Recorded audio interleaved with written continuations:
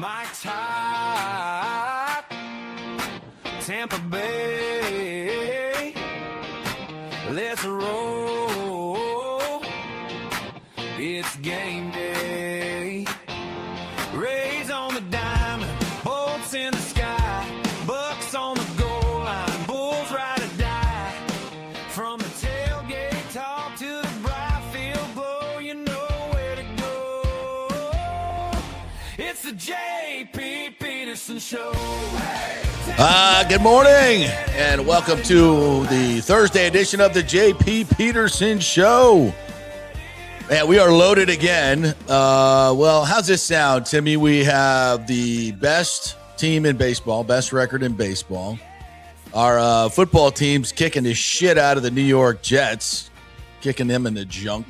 There. And our Lightning are poised to have another fantastic season. College football is right on the doorstep, and we're about to get a brand new stadium for generations to come of Rays fans to enjoy here in beautiful Tampa Bay. So I think I'm in a pretty good mood. I'm in a pretty good mood, partner. You're in such a good mood, you forgot what time the show started. I'm like, what? Wait, are we on yet? Are we on yet?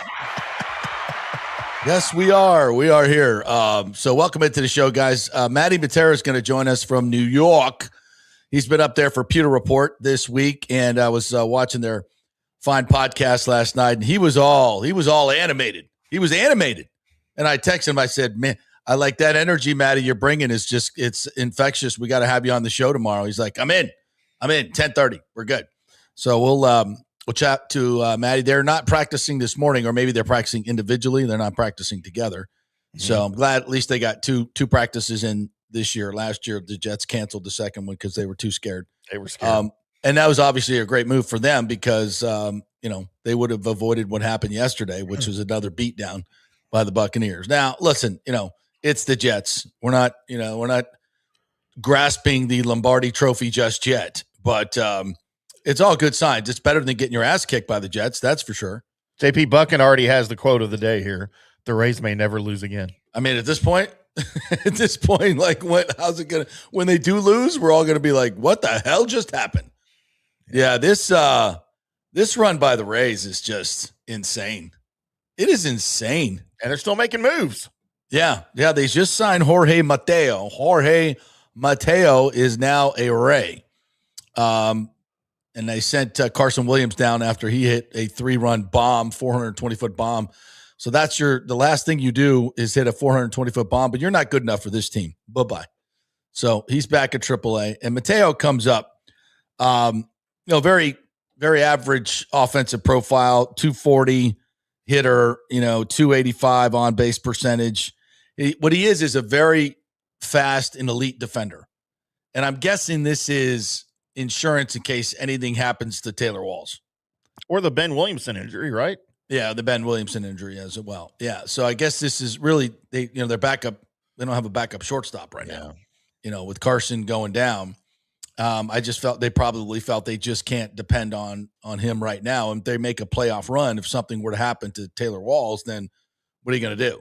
So I'm guessing that's what this Mateo thing is all about. So we'll kind of wait to hear from Eric Neander and everybody, but that's now a done deal. I mean, he brings a little experience, he's been around. He's got some speed, 116 career stolen bases. Yeah, so very elite speed. Yeah, and a little defensive flexibility for you, I think. So yeah, and it just fits right in with the Rays profile. Not a tremendous offensive player, but a great defensive player. Zero financial risk.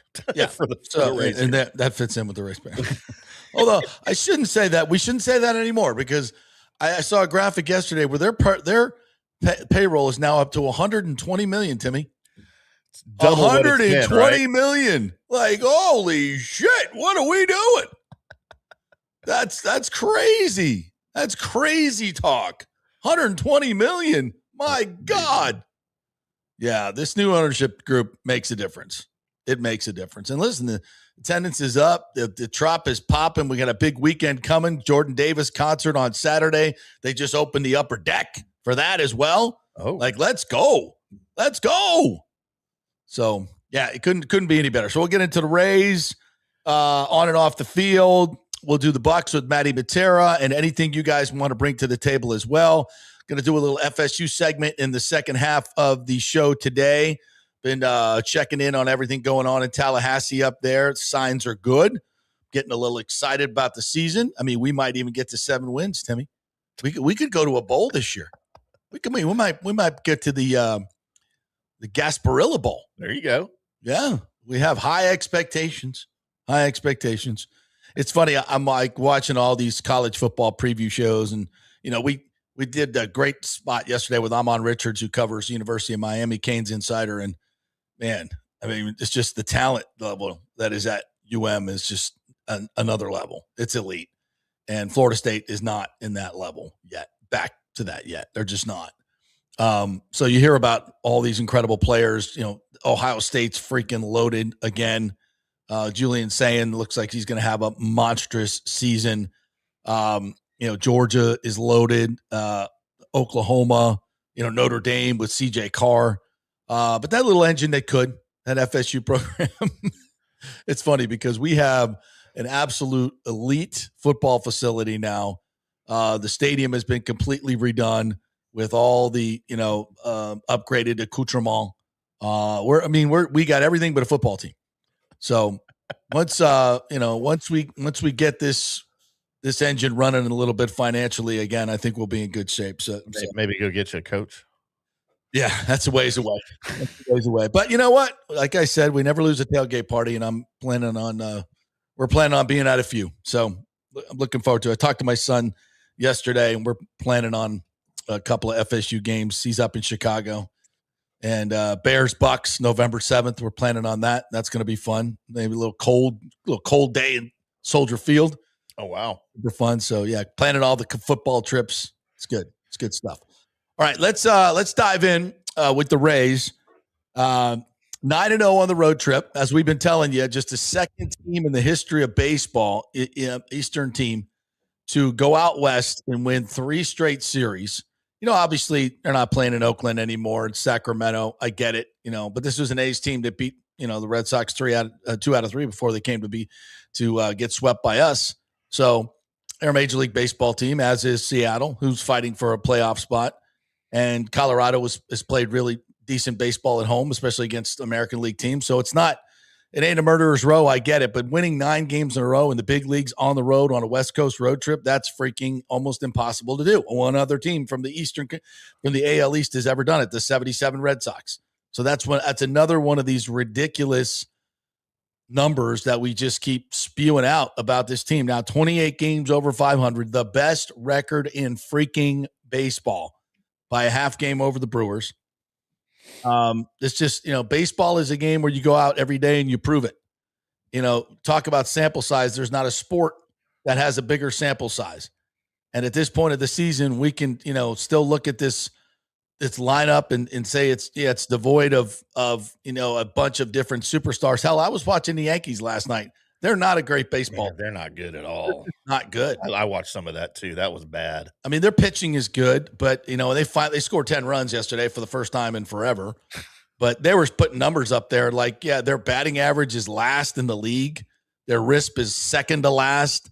I mean, their offensive numbers are deplorable. Yeah. They're awful. So this Rays team is a really, really good baseball team. Yesterday, Big Red didn't have his normal, shutout. His shutout streak ended at 22 plus innings, but was still very, very good to get the win as they won 8-4 yesterday. Liam Hicks with a 3-run bomb, and they were bunting, swinging bunting, stealing bases. I mean, these numbers are pretty incredible. On the road trip, 17 home runs, 17 stolen bases. They outscored the team almost 2-1, 65-34 run differential, and pitched to a 3.58 ERA. Is that good? Sounds pretty good. I think that's pretty good. So, I mean, this is just it's otherworldly what's going on with this team now, and the fact that every day, and I talked to a couple people yesterday, and the momentum for the stadium deal just keeps getting better and better and better. Even Guido Maniscalco is saying positive things about the city deal. So I think we've gotten to the point now where all of the electeds know that this is happening. And it's like, you better jump on board or you're going to look like an idiot in the long run. And it's going to be a vote against is going to come back to haunt you for the rest of your political life. And once you get to that point, I was always for this. I just had a little reservation, but I was always for this. Get out of here with that. But it doesn't matter, just as long as it passes. And without some black swan event happening in the next, I think, 2 weeks, we're in a really, really good situation here. So this, as I somewhat predicted a couple of months ago, Timmy, the greatest season in Rays history of our 29 years. I can fairly confidently say, and I haven't looked this up, but this is probably the latest in the season that we've had the best record in baseball. I would probably postulate that is true. It's the latest in the season that we've had someone lead the MLB in home runs or tied for the lead in Junior Caminero. I could go on and on about the superlatives of this baseball team. And what it tells you is they are going to be hard. They're going to be a hard out. They're going to be a really, really hard out in the postseason. And winning the American League East and getting the bye is going to be huge. That's going to be huge. Although I think history tells us that teams that get the bye sometimes struggle. Is that true? I think it is. In baseball, I think it's less true in baseball. Yeah. I don't know that's, I would say, I wouldn't probably say that, but statistics might show differently. Yeah. But man, it would be counterintuitive if it's not true. Yeah. You play one less series on your way to it. Why would that not help you? But I don't know. We'll have to check the numbers. The Dodgers obviously didn't have the bye last year, and they were fine. They came close to losing they were down 3-2 against the Blue Jays, right? Yeah. Before having to come back. But yeah, they won it last year without having that. Yeah. Charlie says Miranda was a bat boy for that first road sweep back in 1900. He could have been, actually. Actually, he could have been a grandfather to some of those kids. It's old Miranda jokes just never get old. So keep them coming, Rick. Yeah, keep them coming. All you guys, keep them coming. As Douglas Batista, one of our VI Peterman, says, great for the Rays to stick these wins going into September when the schedule gets tougher down the stretch. Texas on the road, Atlanta, Houston, Yankees, Red Sox, Phillies in September. But I look at that and I go, the way this team's playing, they ought to be afraid of the Rays. So absolutely a joy to watch this team play, and they come home now. Got the Orioles for 3 starting tomorrow. Saturday's the big day. Like I mentioned, they open the upper deck for the concert with Jordan Davis. So should be, probably north of 30,000 on Saturday, maybe. Come watch this baseball team. Why would you not want to watch them? It's time to really celebrate these guys. So I'm pretty sure I'm going to be there on Saturday. I'm going to take Ash over to force her to watch a baseball game. But she'll have fun. It's just going to be such a great atmosphere. And then the concert going on afterwards. Yeah. What's not to love about this? And, there's a different feel to it, Timmy. The Rays have made runs before. They've been in the hunt in September, obviously, before. But it's been a couple of years now. It's been a few years now. But even then, it doesn't feel like this. And I know it's, number one, because of the change in ownership. So many people that jumped off the bus because of Stu are back on. The way the team plays, they're entertaining as hell. They're great guys. There's a real feeling of civic pride now. There was always kind of a, because of ownership, there's just this disconnect, I think. But now that we know that they're all in and we're all in, and the stadium's getting done, I think there's a really good feeling for that, for anybody who's paying attention. Although there's still a lot of people that aren't. It's as good as it gets. And that's something that I always thought would happen when we finally got baseball right. And we're still not there. When we get in the new stadium, then we'll finally be doing it right. But just getting this done, having that certainty, having this new ownership group is going to make even the Trop more fun for the last, 2+ years. So, great to be a Rays fan, and what could be. If this team could actually win a World Series. We've already planned a boat parade. I don't know if you guys know this yet, but we've already planned the boat parade. It's going to start in St. Pete. It's a little premature, right? No. Let's have some fun with this. So, yeah, we get on the trolleys at the Trop. All right, get on the trolleys. We come down to St. Pete yacht basin there. Get on the ferry, whatever yachts and boats you want to get on, and then the flotilla picks them up as they cross Tampa Bay. Helicopters, newscopters as we cruise past it. All the boats come out like a big gasparilla. We cruise across down to downtown Tampa, come up the Garrison Channel, as it were, to the hordes of people, beads going everywhere, baseball beads going everywhere. Come down to up the river, Hillsborough River, to Julian B. Lane Park, where there's a big dais set up. They get off there. The big party thing goes on where they give their silly speeches and do dumb stuff, which we love. Caminero starts knocking balls into the river. That's I've already got it planned out. What a day! It's a crisp fall day in October. When does the World Series end? Like late October now, right? Yeah, with that extra round, yeah. Yeah. So it might be a crisp November day, but that's okay. That's okay. That's beautiful weather. By the way, JP, you were asking when the latest in the MLB season was that the Rays ever had the best record in baseball? Yes, sir. September 28th, 2010. Really? David Price and the Rays beat Baltimore 5-0 to give Tampa a 94-63 record. Okay. That same day, Philly lost to Washington, dropping the Phillies to 94-64. The same day, the Yankees won to reach 94-64. So they had the best record with 5 games left in the regular season. Yeah. The magical 2010 season. The magical 2010 What happened season. that year? It seems like the Rangers knocked. Did the Rangers get us that year? I think that was the Rangers. Yeah, is that the year we put in that year? We put in JP. Yeah. It was the JP Howell came in and it was a disaster. Is that year? Yeah. Rangers lost the World Series to the Cardinals that year. Yeah. Was that the Nelson Cruz play? Yeah, that's the Nelson Cruz game. Oh, yeah. So we lost to Game you guys. 6. Bastards. And next year too, I think, right? I mean, how many games was it? That was a 5-game series? That was 5 games, yeah. And we lost, yeah. I kind of remember that JP Howell thing was a disaster. Pitching switch that did not go well. Yeah. Rick says, boat parade, we meet on Beer Can Island. JP can be like the girl on the Titanic with Stu in the front of his yacht. Except this time I push him off. Yeah. Maroon him on Beer Can Island. Oh, my God. What a great idea. Yeah. So we got that all planned. It's all good to go. All right, let's move on to the Bucs.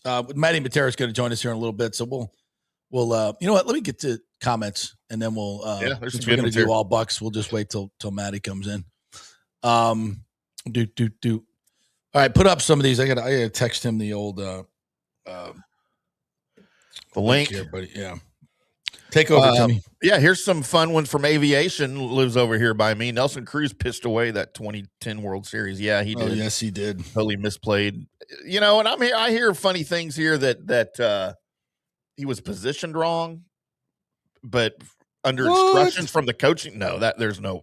I don't believe that for 1 second. The Cruz defenders will say he was told to play shallow, but no, he definitely was not, because the other 2 outfielders were not. So. Well, even without that, though, he should have had it. He still should have had it. He was right there at the wall. That still pisses me. Right? Thank God for 2023. It's all I can say. Let's see. From we got some good morning stuff here, too. Let me go back to the beginning where you were here. Buck and 220, best record in the MLB. Let's effing go. Let's go Rays new signing. Buck Skull Gang in-house. Everybody's gone their Rays up and their hell yeahs this morning. I got to put that up. Let's keep eating W's. Go. All right, James. How did one of the most embarrassing moments in a dude's life become like his calling card? It is. And now everybody loves eating W's. But he's got more than one embarrassing moment, though, for sure. But that was by far his. It was pretty good. I don't even know if you say worse, because now it's been the best. How does that happen? Only with Jameis. W's. Only with Jameis. Only Right, with like he can only get he could get away with that, right? And it be endearing somehow. Yeah. Oh yeah. He is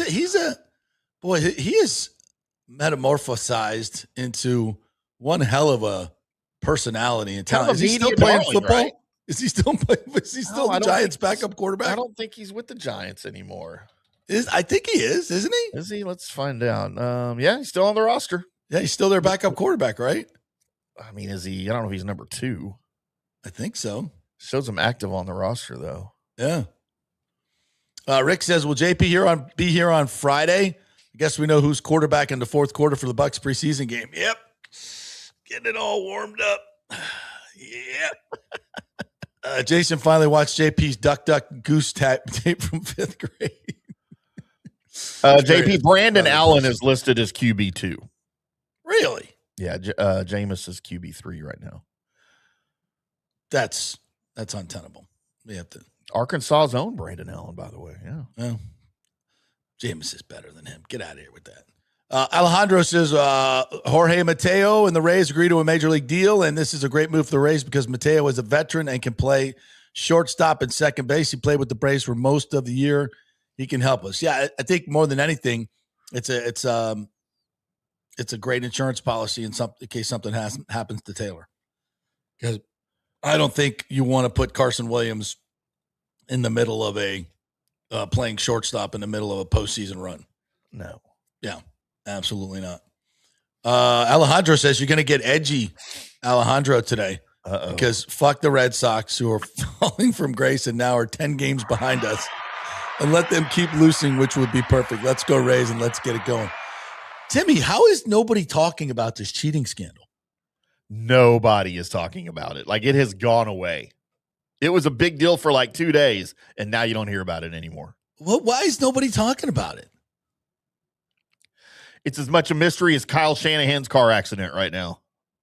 Oh, we never talked about that deal. We never talked about sketchy deal. As you know what, man. Yeah, that. I dropped my phone. Like, who even? If you admitted that you dropped your phone, you did something else. Well, no, I mean, so he's in a Tesla and he's got it on autopilot. So he's not even driving the car. Allegedly. Drops his phone. By the way, how hard is it to drop your phone from the front seat and it fall behind the seat? Like, I get that's probably possible, but what are the odds? Like, that's really hard to do. Like, I get in between this, like, on the side. I've done that before, but the back seat, it falls into the back seat. And then nobody talks about it for like 2 weeks. We don't even know about it. Yeah, that's a little sketch. There's some media issues, like local and national, right? Like, they knew about it. They just weren't reporting it. Yeah. I think he had somebody in the car with him that probably didn't belong there. Yeah, I would agree with that. Something's going on there. Yeah. But this Red Sox thing, they have fallen since the day it was reported. Yeah. Well, they winless, right? They haven't won a game. Yeah. How you go 27-3, and then the day it's reported, you shut it down. Yeah.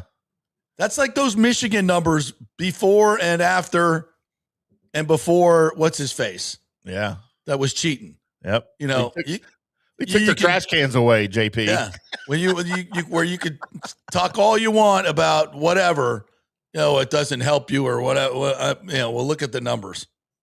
It certainly turned the tide for Michigan. That's for damn sure. Lord. And the head coach said, "I'm getting out of here now. See you later." And then the AD leaves. Yeah.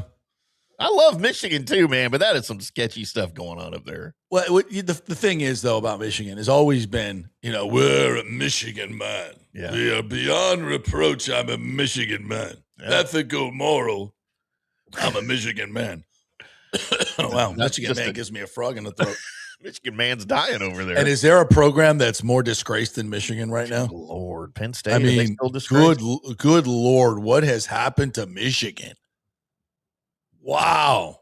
I mean, I feel like they've gone from like being Prince Diana to like some Nebraska. Oh. You know what it reminds me of, JP? And I know we didn't have the scandal at USC, but when Pete Carroll left USC, that program was in a shambles. because of the way he left it with all of their recruiting violations and everything. And he those got guys that just run it that way and run it into the ground and then like, oh, okay, see ya. That's exactly what Harbaugh did. NFL. That is what Harbaugh did. Yeah. 100%. And it's never talked about. Nope. Never talked about. And he'll never get asked about it. It's just, it is what it is. He's gone now. Oh, I'm not there anymore. I can't comment on that. Let's just I'm in the break. I'm going to go AI. Show me a list of the Michigan scandals over the past 10 years. And they're not just like little, dinky things. These are humongous scandals. I mean, what your boy, the head football coach was doing, Jerome Moore. Yeah. I mean, we all I feel like we get that, but do we? She was pretty cute. Do we? I mean, do we? I mean, I get it. I mean, I understand all that, but I mean, so blatant. All right, we got a break. All right, let's take a break. When we come back, we got Bucs to talk about, an ass kicking of the Jets. Yeah, I know, but it's better than getting your ass kicked by the Jets. Even in the preseason. That's right. So big thanks to the great folks at Genesis of Tampa. I was playing golf yesterday with my man Mike Murphy of the Murphy Auto Group. We had a great day out there. Yes, we won the money. Yes, we did. Thank you very much. Great dude, though. Great company. Runs great dealerships. We got Miracle Toyota, Haines City as well. Genesis of Tampa. The Genesis cars are just, they're unbelievable. And the way they are engineered, even the history of the company, which I learned a lot about yesterday, is really, really interesting. And it makes for an absolutely perfect experience. They are the best value cars for the money, without question. Luxury, performance, all that stuff for a fraction of the price of the big boys. Go get you a Genesis GV70 like I got. The GV80, they're coming out with the GV90, which is going to be insanely good. So check it out. Genesis of Tampa, 801 East Bears Avenue. Back in 3 with the great Matt Matera. Mr. Energy is waiting in the wings. I see him. He's in the bullpen. Pitch Roofing believes giving back is part of doing business the right way. That's why they proudly offer exclusive discounts to those who gave the most to our communities, including veterans, first responders, seniors, and teachers. And for listeners of the JP Peterson Show, there's even more good news. Pitch Roofing is now offering a special discount just for fans of the show. With so many roofing companies coming and going in Florida, it's important to choose a contractor you can count on long after the job is done, especially when it comes to honoring your warranty. Pitch Roofing is built for the long haul with a reputation for quality, transparency, and standing behind their work. Whether it's a repair or a full replacement, their team delivers honest guidance, quality workmanship, and no high-pressure sales.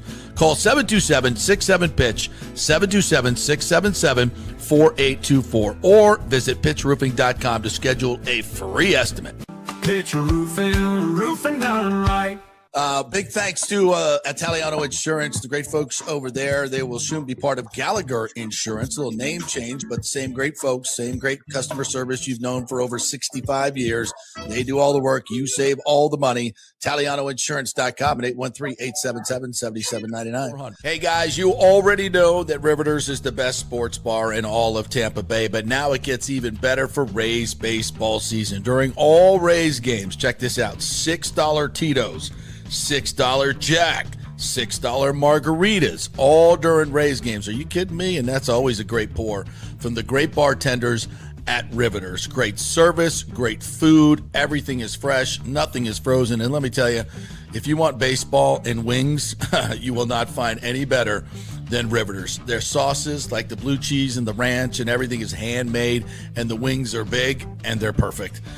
Wings, baseball, Rays, Riveters. It all comes together during baseball season. Once again, in addition to all the great food and service you get, $6 Tito's, $6 Jacks, $6 margaritas. It's time to celebrate. Baseball season is back, and celebrate at Riveters. You know where it is, right there on Dale Mabry, just north of 275, just south of the stadium. See you there at Riveters.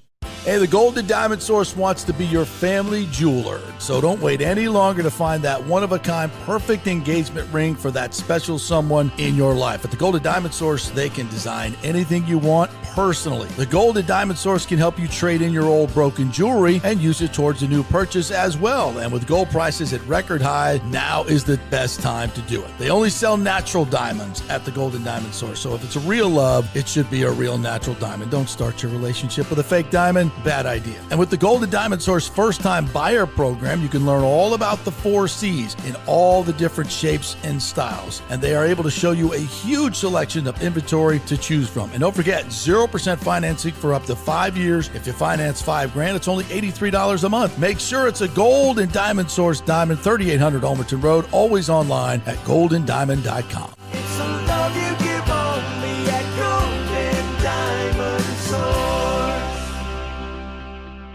Hey, JP here for Genesis of Tampa and the Murphy Auto Group. I think the best way to experience a business is to use that business. And I just did at Genesis of Tampa. Just bought a GV70, a 2023, and it feels and drives all new. It's an absolutely fantastic car. The technology, the comfort, and the price, absolutely outstanding. Frankly, I never thought I could get into a car like this, but they made me a deal I could not refuse. And I also get the VIP service where you can just drive right up, their pit stop service. They'll top off all the fluids, make sure your air in your tires is good, new wipers if you want them. If you need extended service, they will come to you, bring you a courtesy car, and then bring your car back. What more do you want? The experience was just VIP all the way. And you can get that at Genesis of Tampa. And don't forget, you can get extended warranty, which I did. So I have worry-free miles up to 100,000, and all they do is just take it in. Actually, I don't have to take it in. They come to me. It's perfect. It's Genesis of Tampa right there, 801 East Bears Avenue, right off of 275. Go see them and tell them JP sent you. Let's go. Right now, back to the show on FanStream Sports. All right, welcome back to the JP Peterson Show, brought to you by the great folks at Riveters, the best place to watch all sports, especially Rays games. It's always happy hour when the Rays are playing. You get $6 Jack, $6 Tito's, $6 Margaritas, made with the good stuff, by the way. So check it out, always at Riveters. Wings, baseball, Rays, and Riveters right there, just south of the stadium, next to that spaceship. Come on down. All right, let's welcome in the great Matt Matera from Pewter Report, who's up in New York, New Jersey. This is your old stomping grounds where all your bodegas are. What's up, brother? How's it going, JP? Thanks for having me on today. Dude, you got me all fired up last night. I'm sitting there. I got no baseball to watch. I got nothing. I'm like, I'm going to YouTube. I'm going to check out what's going on with Pewter Report. You guys did great stuff the last couple of days. So let's jump right into it. That was an ass kicking for 2 days of the Jets. No wonder they quit last year after one. Tell us all about it. What really caught your eye yesterday? Yeah, really for yesterday, it was how the practice ended for the Bucs, because there was some good back and forth throughout it with 11 on 11. But, you know, a lot of times if you're watching a movie or a TV show, it's how does that show stick the landing at the end? And that's the last thing that kind of stays in your mind. Yeah. And that's where the Bucs really manhandled the New York Jets. And as we saw down the stretch of last season, the Bucs weren't able to close out games like they did earlier in the season. So, you know, Baker Mayfield gets a little fired up with David Bailey, who seemed to be fighting with everyone on the Bucs, talking about the Jets edge rusher. And Baker was just pinpoint accurate after the first incompletion, hitting passes to Chris Godwin, Ted Hurst as well. So just being able to put everything together efficiently on the offensive side was really important for this team, especially with a couple of wide receivers down. You saw Ted Hurst step up. You saw why Chris Godwin Jr., when healthy, can be that security blanket for the team. But in all honesty, it's the aggressiveness of this Bucs defense that has really showed out. We hoped and prayed that this pass rush would come through, and it's nice when we all say, oh, Ruben Bain, he's going to be something, and David Walker, can he really come through as a fourth-round pick? They are pinning their ears back, getting after the quarterback, and it's a relentless, consistent pressure, which has been great. And then the secondary, playing close to the receivers, getting a little handsy at times, but I love this that. is the time to do it.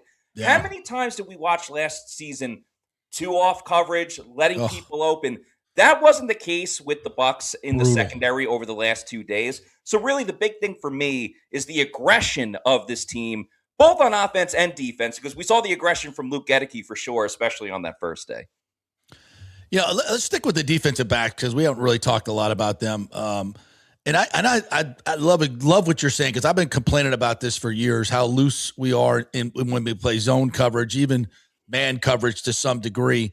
And I don't know if that was a Kevin Ross thing or those defensive backs coaches. These new young guys are certainly pitching a different thing. They're like, get up on them, And I'm so sick of watching guys play 13 yards off. We rush 4, and it's an easy 7 yards. If you break the tackle, it's 15. It's just giving teams yards in this league when you just shouldn't be doing it. So that, and who's doing it? Because obviously Benjamin Morrison ain't doing it. Right. Yeah. So and who's doing it?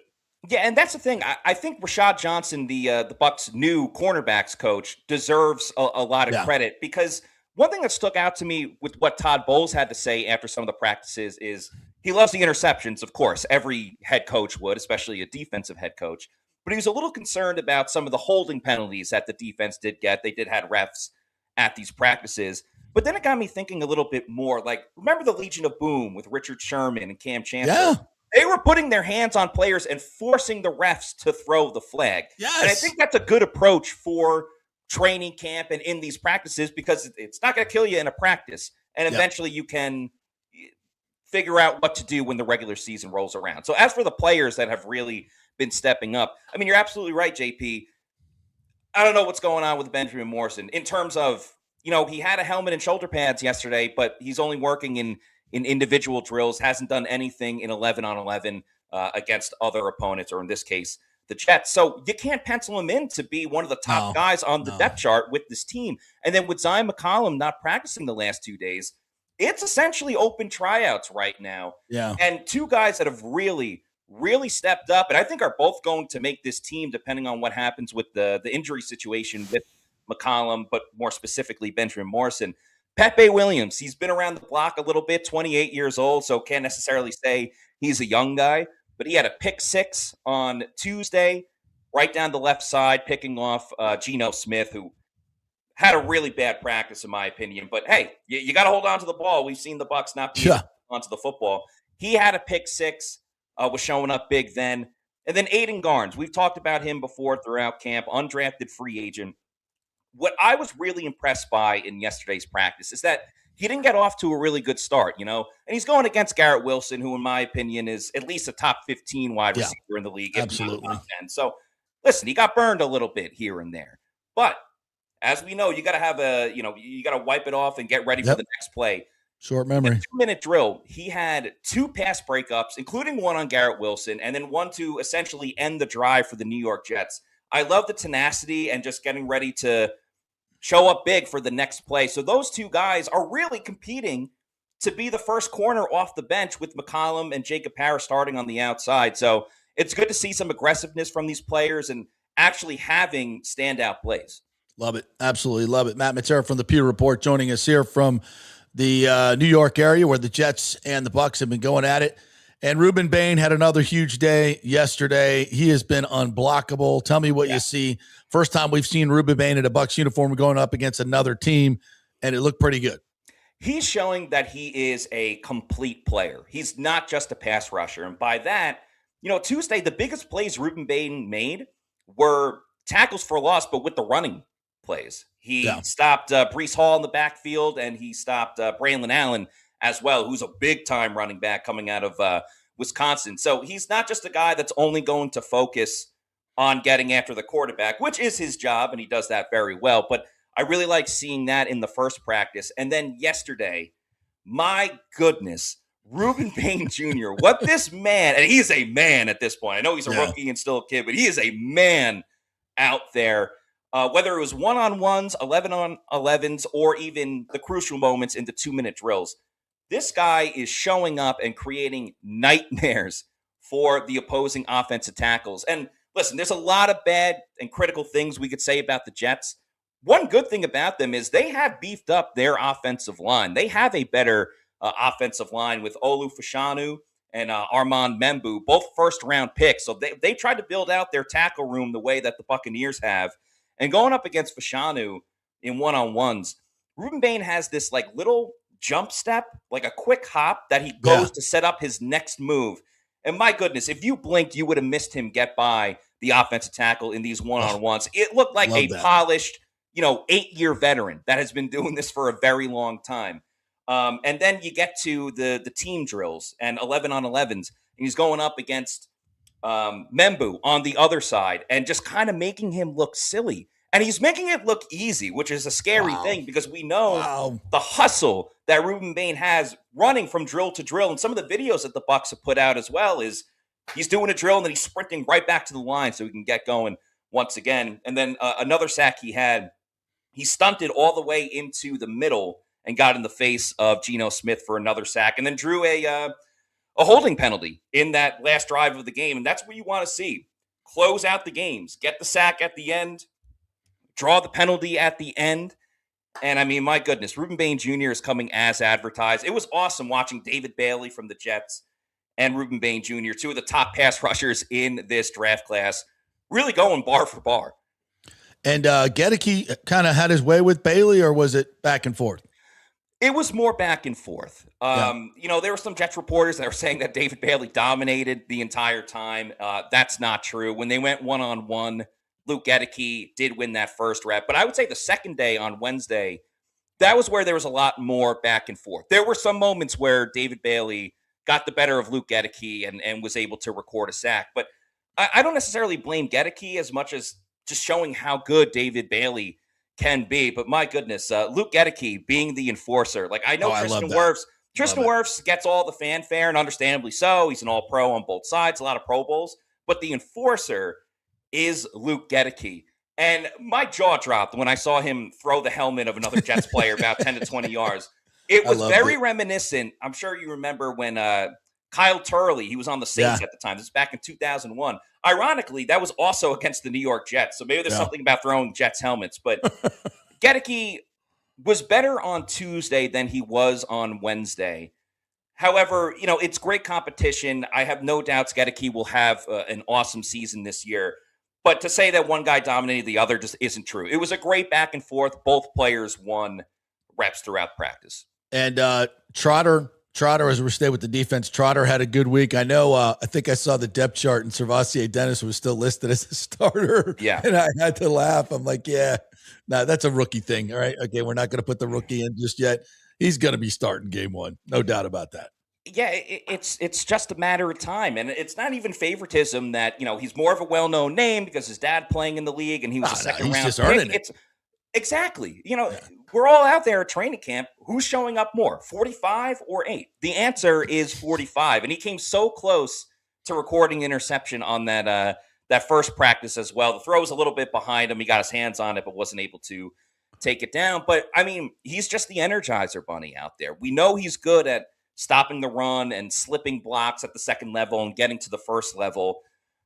He's just got a contagious energy, and that was the write-up about him coming out of Mizzou, is that his energy resonates with the rest of the team, and it sticks with the mantra of attitude adjustment and new mentality and coming in and being fire starters, and that's what Josiah Trotter has been, and if he can stick with it in the pass coverage, we have no doubts he's going to be able to blitz well, he's going to be able to stop the run, so Servassier Dennis has been okay, but eventually Trotter's going to have to be the starter. And I know Todd Bowles will lean towards veterans. I get it. They know the system. But you got to put the best players on the field. And there's no argument to be made that Josiah Trotter should not be over Servassier Dennis. If Servassier Dennis starts, we got major issues. All right, let's flip to the offense. And we're showing him right now, this old number 17 and Godwin as well, 14. Yeah.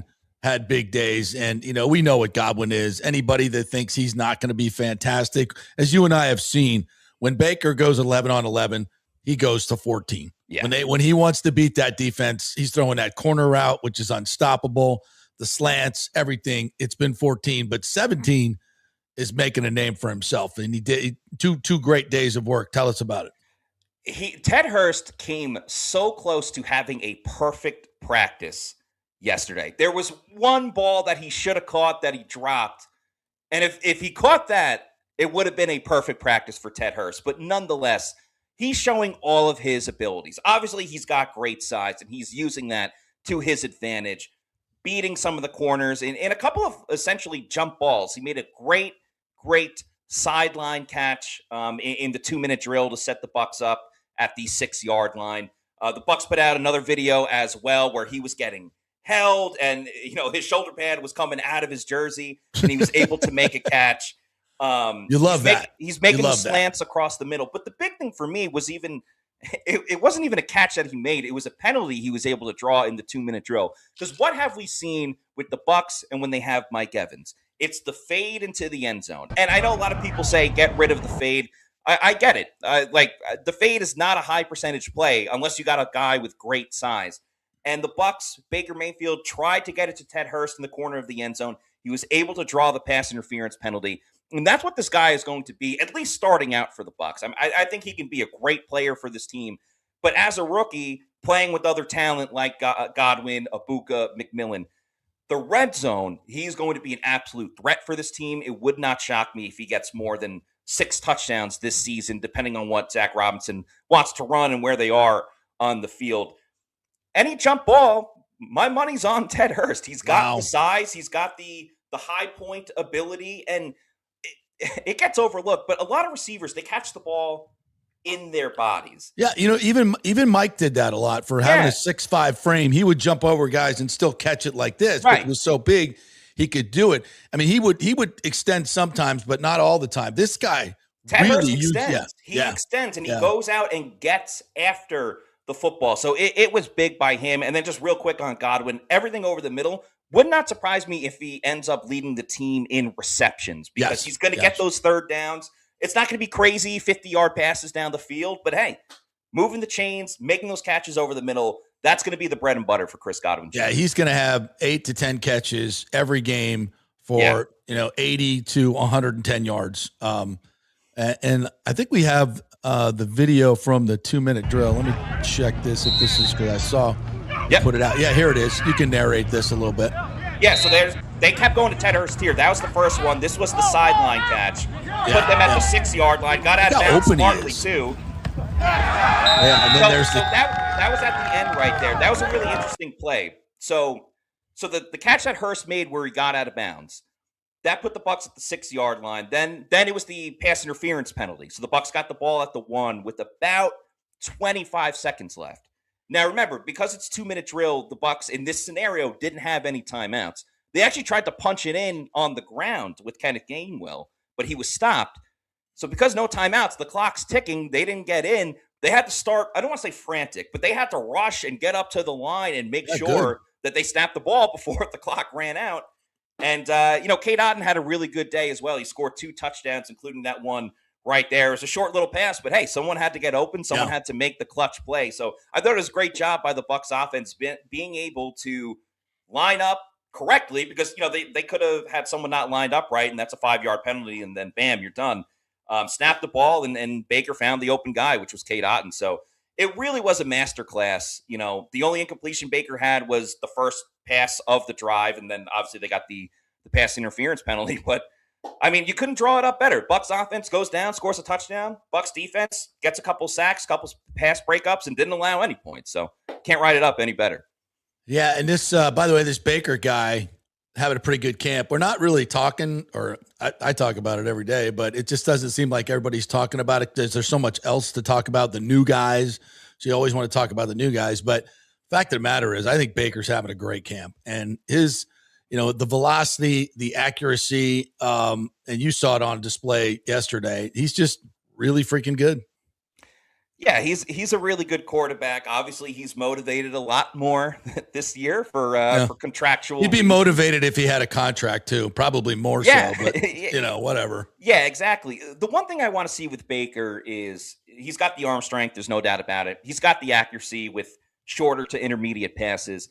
It's the deep balls down the field that I would want to see a little bit more of an improvement with Baker Mayfield. He had Ted Hurst the first day.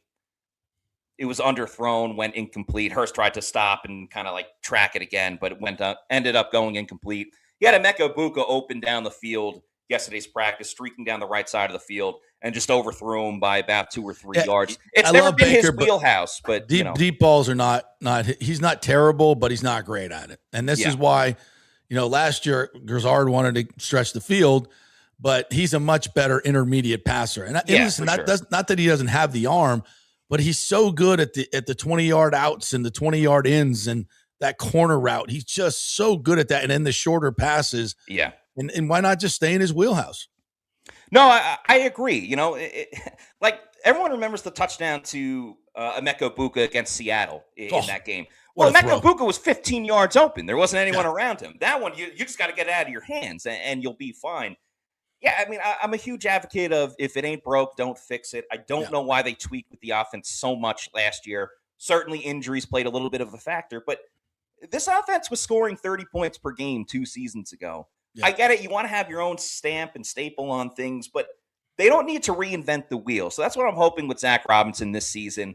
The running game looked really good as well. You had that picture up of Kenneth Gainwell before. That was my next question. I heard he and Bucky had a good day. Yeah, for sure. Bucky started off practice with a big 10-yard run up the middle, just, set the tone for 11-on-11. This was the highlight play, in my opinion, outside of Ted Hurst, was there's Kenny nobody Gainwell near him. Scampering. Not a Jets defender in sight, except for the background there. A big 40-yard run down the right side, which is great to see because Gainwell has been involved so much in the passing game, but not getting a ton of reps with handoffs and rushing attacks. But great moment right there. And even Sean Tucker punched in a touchdown from about 10 yards out in some red zone drills, running it to the left side. So I was very impressed with the running game, the rushing attack by the Bucs yesterday. And as we know, JP, that's going to open up everything else, the play action for Baker, it's the key to rollouts for Baker. You're right. It's the key to everything that they want to do. And a successful run game means a successful offense for the Bucs. And you know what I love about this, and I think it was a stroke of genius by Light, is he didn't just say, you know what, we got to get a better backup for Bucky. We'll draft somebody or we'll go get some second-tier guy. They went after Gainwell, who is not a superstar, but if you watched him play in Pittsburgh and even just during his career, he's really, really good. And he's excellent in the passing game, but I think he's a better runner than people know. And, there's the best way to motivate people, in my opinion, competition. Yeah. Competition, man. And I think Bucky looked at Gainwell and went, he's my man. They have a great relationship, but he also knows those are my carries. Those are my touches. And you got to compete. You got to compete for them. And they're both showing their best in this training camp. And I'm excited about that part of the offense. No doubt about it. And, Gainwell's a guy that doesn't mind playing second fiddle either. Not that he has to play second fiddle here in Tampa Bay. I mean, he played behind Saquon Barkley. And, Saquon's going to be the guy with the Eagles. So he will be fine in any role that he has. Just makes it that much more exciting when you got the pony package and you got both of these running backs on the field at the same time. So, it's going to be interesting to see what the stat production is for these players. But, if Bucky can stay healthy, and that's a big part of it with Gainwell here, is you can take a couple of, for example, I think for Bucky, less is more. Remember, Rashad White was the top guy 2 years ago, but then Bucky came in and bam, was making all these special plays. I'm not saying you have to limit Bucky that much, but less is more with Bucky, and Kenny Gainwell is going to be 100%. A big part of why Bucky will succeed this year. But Bucky is not a 23 carry guy in a game. That's his body won't hold up for it. Yeah.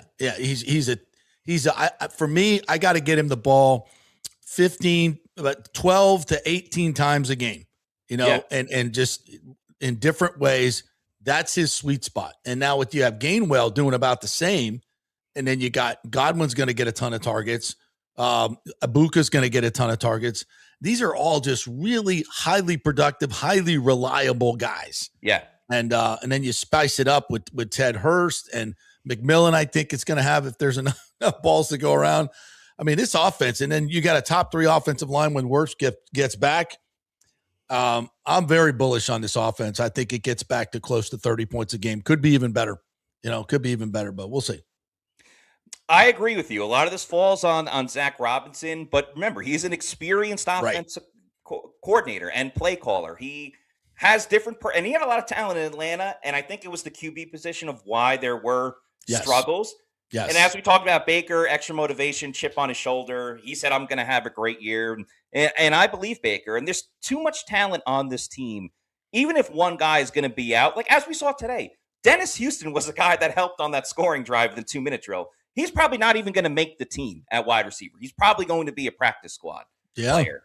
And there's just too much talent on this team where they can pivot. Oh, Jalen McMillan's out. All right, we'll run more pony and we'll have Gainwell line up as a receiver more. Or how about Cade Otton in certain moments when other players have been out? He's been able to step up. That Seattle game as well. You know, Cade Otton had a really good game. It gets overshadowed because obviously Baker was incredible and Ibuka was incredible. But there's too many good pieces on this team not to put together a team that can score consistently on the offensive side. Now the defense needs to show their part, but so far so good with that side. Yeah, that's, we talk about the offense, but this defense and the change, we're going to have 5 new starters. Yeah. Right? It's going to be 5 new starters on this defense. And, to finish this up, I'm still like, I love what I see, but we got to get Vita Vea back. We got to get Vita Vea back. I feel like they're going to get this done in some way this year. It's silly not to have him play this year. And whatever you want to do with, I would sign him to a 3-year deal. I think he's going to be the exception. He's a unicorn. I think he's in great shape. I think he's got 3 good years left in him. And at least kind of like Ndamukong Suh had. I would do that. I understand their hesitancy. I get it, but they got to get him for this year. That's a no-brainer. And I don't think Vita's going to miss game checks. No. Money talks a lot, that's for sure. $1 million game checks are not, they're hard to find. I would love to see the Bucs and Vita find a middle ground where maybe he gets a raise this year. And then if he has to hit free agency, I get it. He's 31 years old. You don't want to commit all of that money to a player, especially with the physical demands of what nose tackle. Let me tell you this though, Matt. If he goes on free agency, you watch how quick someone signs him to a 3-year deal.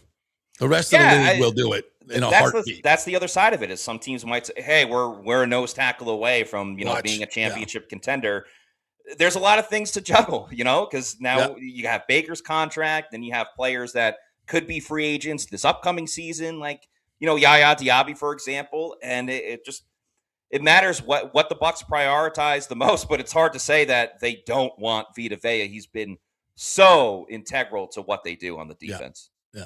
All right, Maddie, amazing stuff. You did a great job, as always. Really enjoy your stuff at Pewter Report. Tell everybody how they can get your content.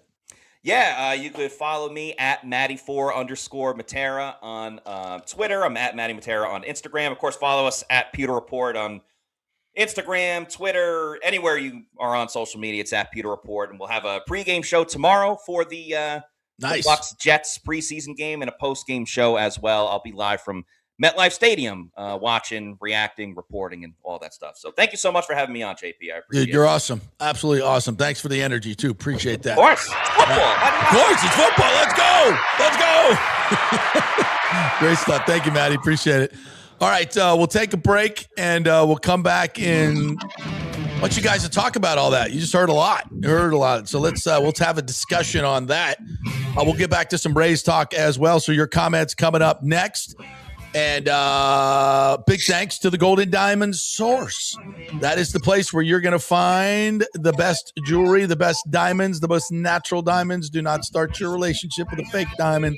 Bad idea. That's the whole reason you go out and buy a diamond, guys. Get it at the Golden Diamond Source. They'll give you a great deal. You'll get the Diamond Savings Account, 0% financing over 5 years, and the best staff ever. They'll really make you feel at home. No pressure. They make it really, really easy. Just like having a family member in the business, because that's our family. Julie and Steve Weintraub, the Golden Diamond Source, have been part of us for over 40 years and part of this program for as long as we've been doing it. A founding sponsor. So we love them. You will too. Golden Diamond Source, 3800 Omerton Road, always online at thegoldendiamondsource.com. Back at 3. Well, folks at Third Generation Plumbing and AC want to say thanks for making them so dadgum busy. Of course, advertising on your favorite Tampa Bay sports talk show helps, but it's their incredible customer service, honesty, and integrity that have earned them tons of 5-star reviews. And now you could be part of the team at Third Generation. Yes, they are so slammed, they need to hire more certified AC technicians and plumbers. It's a great family business to work for. My buddy John Rodriguez runs an old school family business since 1995. They pay well, give you all the holidays off, and they offer great benefits. No cold corporate atmosphere here. You're part of the family.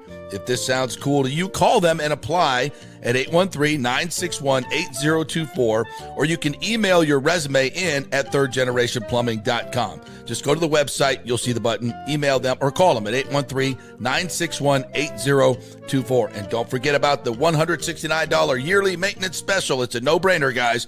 thirdgenerationplumbing.com, and they also do AC. Ciao, Paolo Tini here, owner of Caffè Paradiso, voted number 3 People's Choice Award on Open Table. I want to thank all our loyal family of customers that have been enjoying our great traditional Italian dishes we make from scratch every day. It's a great family story we're proud of. Our family moved from Rimini, Italy in 1984. My dad, Caesar, started Donatello, and that's where I got the start in the restaurant business. I started Caffè Paradiso on South McDill in 1995, and we've been there ever since. From our traditional ossobuco, a veal slow roast for 4 hours, to our daily fresh catch, the Gruppo Paradiso, with a piccata sauce and lobster claw meat, homemade pasta like lasagna, farfalle salchicha, which is a bow tie pasta homemade with fresh sausage. Hold on a minute, JP's favorite. I love it. So come and have a glass of wine with me on South McDill. Get a reservation on Open Table and see all our 5-star reviews. Ciao, see you soon at Paradiso. Sports fans, it's time to gear up. Head to fanstreamsports.com and check out our brand new merchandise store. We're talking bold t-shirts, 3/4 zips, hoodies, hats, mugs, and more. Everything you need to rep your favorite shows and your favorite crew. Whether you're rolling with the JP Peterson Show in Tampa Bay, From the Rough in Dallas, the Tim May Show featuring Clay Hall, or the Jeff Thidoff Show in Ohio, or any of our FanStream Sports original programming, we've got the perfect look for game day and every day. So don't wait. fanstreamsports.com. Click merch and grab your gear now. Wear the stream, live the stream, fanstreamsports.com. Welcome to Kingmakers, home of the JP Peterson Show studio and Tampa's premier business networking and social club for members only. By day, it's an exclusive, vibrant co-working space with a stylish conference room, focus rooms, a full production studio, and an in-house marketing team. And by night, Kingmakers transforms into a sports-centric social hub with a full sports bar, golf simulator, and exclusive events. For young entrepreneurs and seasoned professionals, it's the perfect place to work hard, play hard, and make big moves in Midtown Tampa. Close the deal, celebrate the win. Only at Kingmakers. Become a member today at kingmakerstampa.com. Your business, your club. Hey, JP here for my concierge medical professional, Chris Lugo, PA. You've heard him on the show for a couple of years where he shares invaluable medical, nutritional, and supplement advice. With Chris, it's like having a medical provider as your best friend. What I love about this concierge service is the convenience and support he offers. I can text or call him 24/7 with any questions or concerns, and he'll promptly call in a prescription if needed. No office visits or copays required. It gives me peace of mind knowing I have someone genuinely invested in my health, not just focused on insurance profits. And the best part, the Bay Area Modern Medical Center's personal concierge service is more affordable than you might think. Don't let insurance companies dictate your health care. Take control of your health and wellness today. Visit BAMMC.com for more information and to schedule your initial free consultation. Empower yourself and take charge of your personal health with BAMMC.com. Let's go. Right now, back to the show on FanStream Sports. All right, welcome back to the JP Peterson Show. There's a deal thing going on at Pitch Roofing. It's called the Partner Pitch Roofing Portal. As some of you know, roofing's earned kind of a bad reputation. It's not all unfair. People sign a contract, they hand over a ton of money, and a lot of time they're left in the dark wondering whether they're actually going to get a roof done. So the folks at Pitch thought that's kind of backwards, so they built something called the Pitch Partner Portal. It is live right now at partner.pitchroofing.com. Here's what it means for you. When your roof, when you get pitched to do your roof, you're not just a customer, you are a partner, and every partner gets a private account. You open it up, you can see your entire project right there in one place, where it stands today, all of your documents, photos of the work, your balance, and your team. You want an answer at 11 o'clock at night, you not need to call anybody. It's all right there in the portal. So they got a roofing calculator on there and everything. So it's not just, you know, hey, we're coming to do your roof, and then you wonder, guys show up, stuff's on your roof. None of that. You know, up to the minute what's going on. So Check it out at pitchroofing.com. You can call them at 727-67-PITCH, 727-677-4824. And just go to pitchroofing.com. Roofing done right. See, we did the jingle there. That's what we did. Love those folks over there. So check that out. That's bringing roofing into the 21st century, right? We love that. All right, let's get to some of your comments. What do you guys think of the Bucs conversation there? Very excited about your Buccaneers. Very excited. And your Rays. This is fun. Rick says screen game, a huge part of this offense, especially versus aggressive defenses. Yeah, they run a ton of screens, and they're really good at them too. When Wirfs gets out into the open, even better, and he hadn't been practicing. He's one of the better screen game guys in the game because he's so athletic. I mean, if you've seen him run the football or catch touchdown passes, that's what you see. So absolutely fantastic part of this offense. And Gainwell and Bucky, there's a symphony to the screen game. There's deception. There's timing. All of that goes into it when you're running it well. And you got to have athletic linemen that get out and can get out in a good amount of time. A quarterback that can move and get the ball around the defenders and deliver in a good spot where they're ready to run. And Bucky and Gainwell are two of the best in the business at the transition, catching the ball and running. It's a talent, and both of them have it. So, yeah, I would expect to see 5 to 10 screens a game. It's tough to defend. Bucky and Kenneth Gainwell, I think, are a better tandem than Bucky and Rachaad White. Nothing against Rachaad White.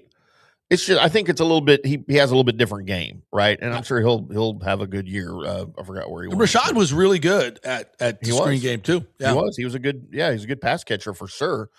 For some reason, I never saw the chemistry. I mean, I haven't seen it with Gainwell yet either, but I just never saw the chemistry between Bucky and Rachaad. You know, the tandemness. I think that you see for whatever reason. I don't know. But, man, and again, I was high on Gainwell. I told you when they signed him, I thought, man, this is a great, great signing. And I think it's an upgrade over White. Again, nothing against White. But, man, I'm excited for this running game and, you know, what they do with them with the passing game this year. I think it could be amazing. I agree, 100%. A lot to defend out there. A lot of different things to defend. Rick says, happy 813 day. Yeah, it is 813 day. If Cade Otton can figure out how to catch a pass, man, they're going to be super dangerous in the passing game. Shut up with that. Jimmy J says, forget best season in Rays history. This has a chance to be the best season in Tampa Bay sports history. Wow. Well, listen, I mean, name another market where you got the best record in baseball. Well, there's only one. You got a really high hopes for your football team. And I know it's all preseason hype, but listen, again, if we get some good management from the head coach, this team can be really good. They're solid in a lot of different areas. The defense is thin. I will say that. The defense is thin. Defensive back, safety, we're thin. That can really hurt us. I would expect Light to go out and make a move for an experienced corner or experienced defensive back here pretty soon. But we're not. Sometimes they just don't like to go out and do that. But I think they should, they should do that. What else we got here? By the way, Trayvon Diggs is out there available if you want to go get him. Is he? Oh, yeah, dude. He doesn't have a team right now. Is he healthy? I mean, as healthy as he's ever going to be. Think about him not having a team right now. That's got to tell you something. Yeah. Yeah. Didn't he have 10 picks? I don't know if he ever got to double-digit picks. He's never been the same after blowing his knee out. Yeah, that 1 year, though, was just ridiculous. Yeah, it was rookie year. His first 2 years in the league were amazeballs. Yeah. But we'll get to the Lakers thing in just a little bit, but I want to stick to Bucks here, guys, so we'll get to that. Let me see what else we got here. No other Bucks stuff you guys want to talk about? That's kind of interesting. All about the Rays, huh? How crazy is that? Yeah. Yeah. Aviation says, is Morrison sitting out of a precautionary deal or what? I mean, at this point, what are we doing? I mean, either you can go play football or you can't. and God, that's he a needs to play disappointment, football. man. Yeah. That is a huge disappointment. We sort of, I won't say we called this, but we certainly said it was a possibility, right?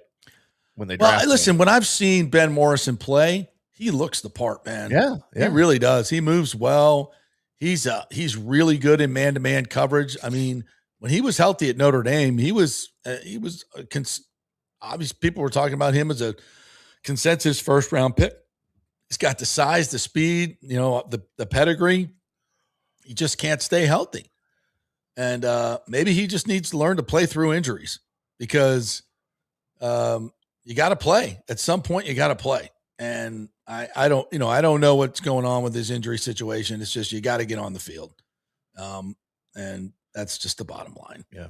And it's a shame because the kid has a chance to be really, really good. I mean, if we could if he is what we think he is and can have a top flight corner added to this defense, Jesus Christ. I mean, that's a big deal. Yeah. A really freaking big deal. If he could just be the guy you thought you were getting when you drafted him. Yeah. This could thing be like could be 3/4 of that guy. He'd be in good shape. Be really good shape. I don't know where people are getting this. I will be doing the show tomorrow, the JP show. I will not be doing the Big O show. You get stuck with me for Big O. Yeah, so you're in capable hands. So, but I will be here for tomorrow's show.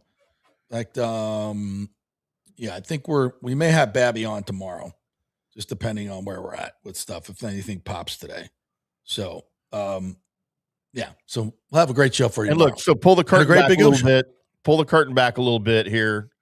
JP and Big O are fighting right now, and Big O doesn't want him on a show tomorrow. So I'm feeling it. That's what's happening. 100% not true. The Sox picked the so bad time to get swept themselves. They're on the very fringes of the division race there. They're 9 games back now, right? I mean, I don't know.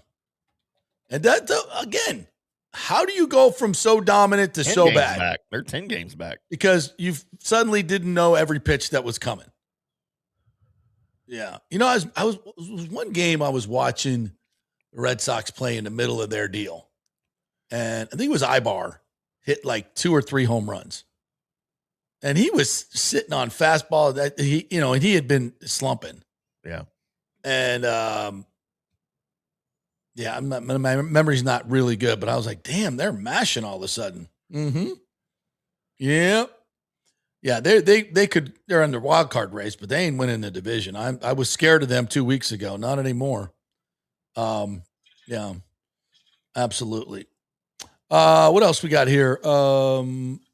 Liquor said they better get some losses out of their system now or soon. Never want to go to September too hot because when you get to the cold, it's ice cold. Yeah, I don't know about that, Liquor Lab. I know what you're saying, but so they should try to go lose some games. Nah, stay hot. stay hot. It's baseball, especially. You want to be confident going into the postseason. You don't want to be struggling. Yeah. Like the last time we got to the playoffs, we had a lead in the AL East, and Yandy and Randy got in that fight. Yandy was out for 2 weeks, and we never recovered. The offense just went into complete tank.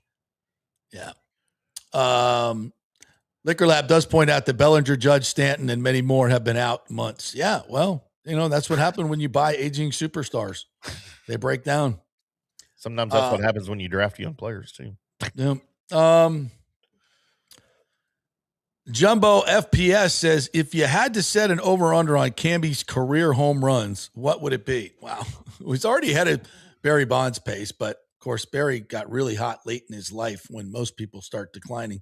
I wonder why. I mean, I think Bonds, I looked it up one time. He had like 200 home runs after the age of like 37. Yeah. When in the history of baseball, the greatest players in the game always decline at that age. But suddenly, Barry Bonds was hitting 73 home runs. So, what is Cammy? I mean, at this age, he's the first. What did you tell me yesterday, Timmy? He's the youngest player to have back-to-back 35 home run seasons since ever. Ever? Yeah. That's a long time. Yeah. So what is his upside? 700? Ooh. You know, I mean- again, keeping his body healthy. Yeah. I mean, 35 should be his benchmark. Right. But I mean, I think he's a consistent 40 home run guy. You know,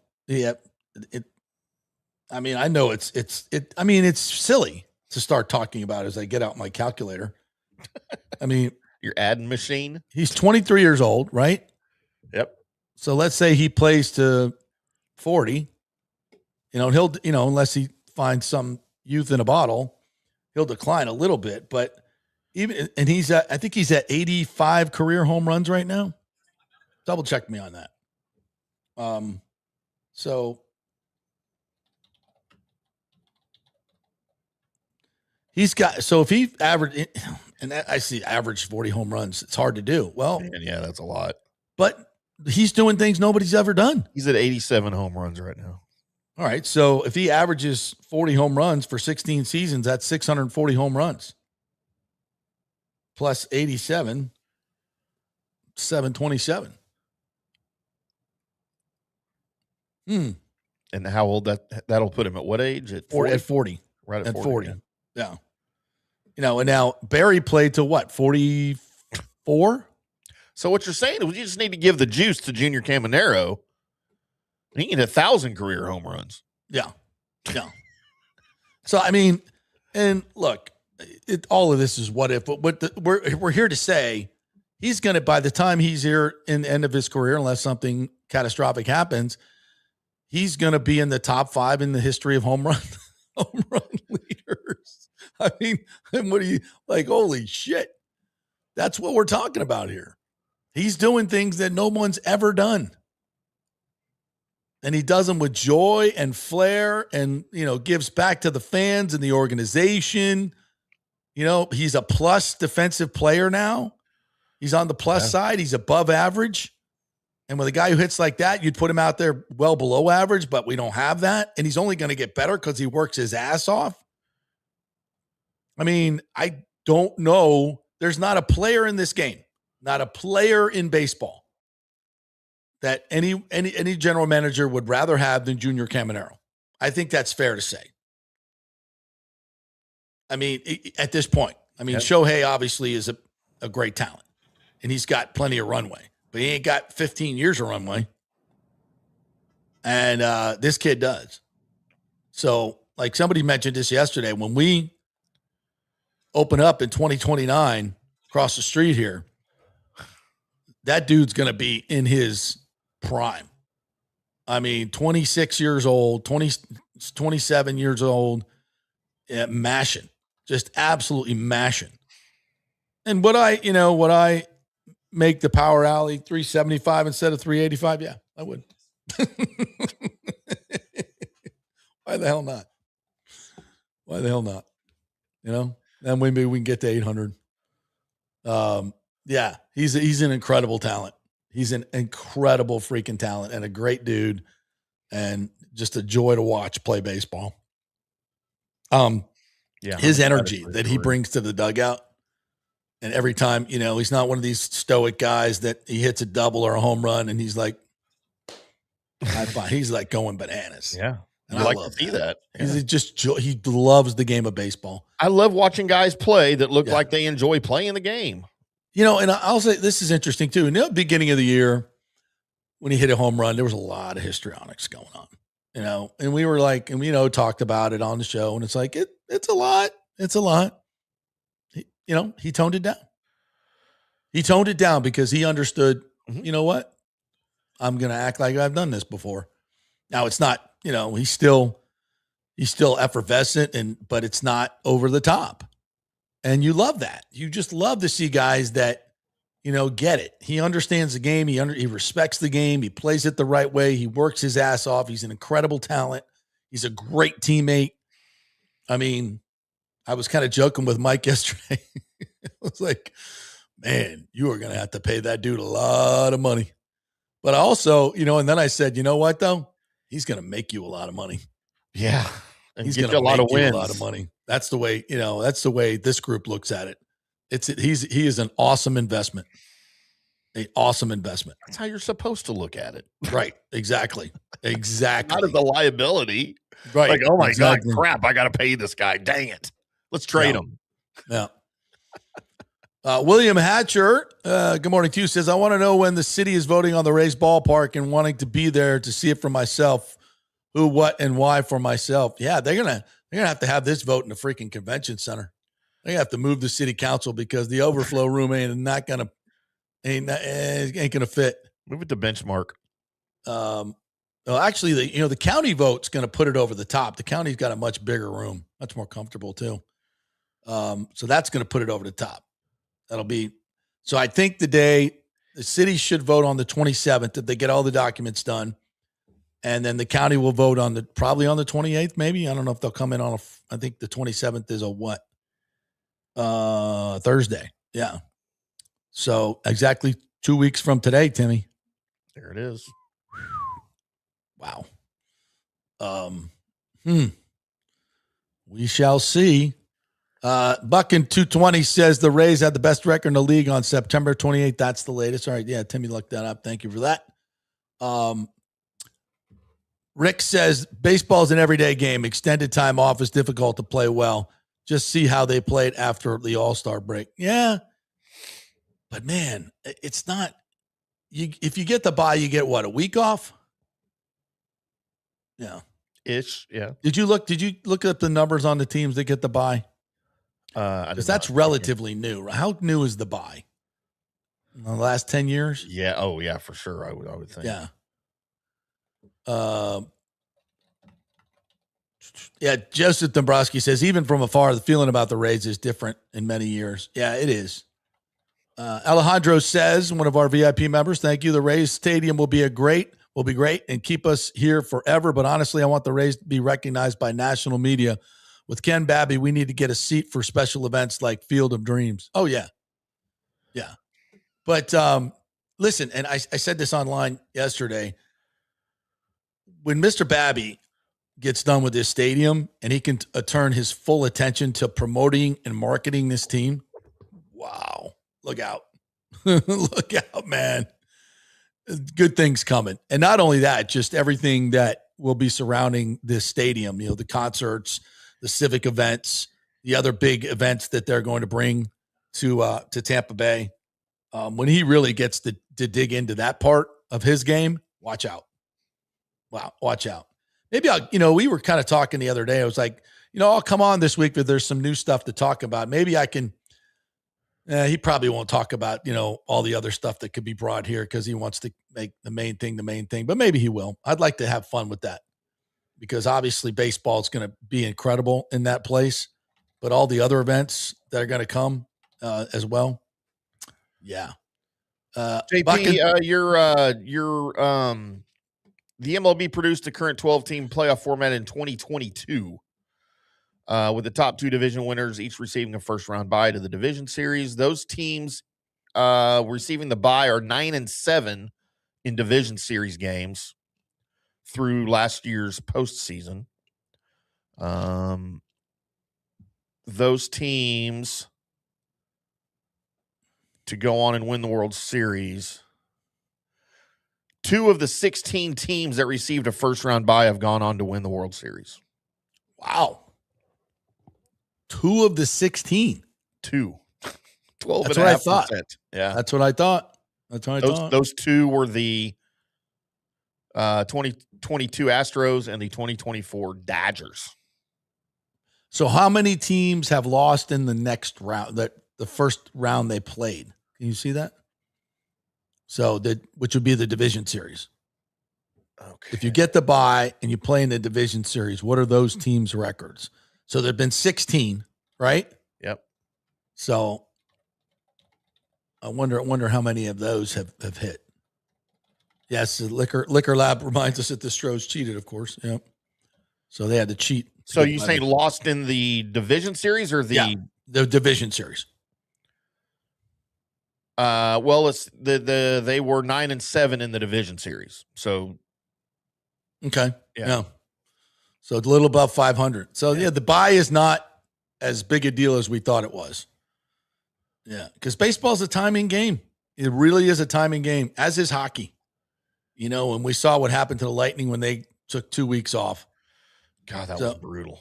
But, you know, I also say in our situation with our pitching, you know, we need rest. Those pitchers could definitely benefit from the rest. So, you know, it's 6 of one, half dozen of the other. But I think in general, you want the bye. I think you do.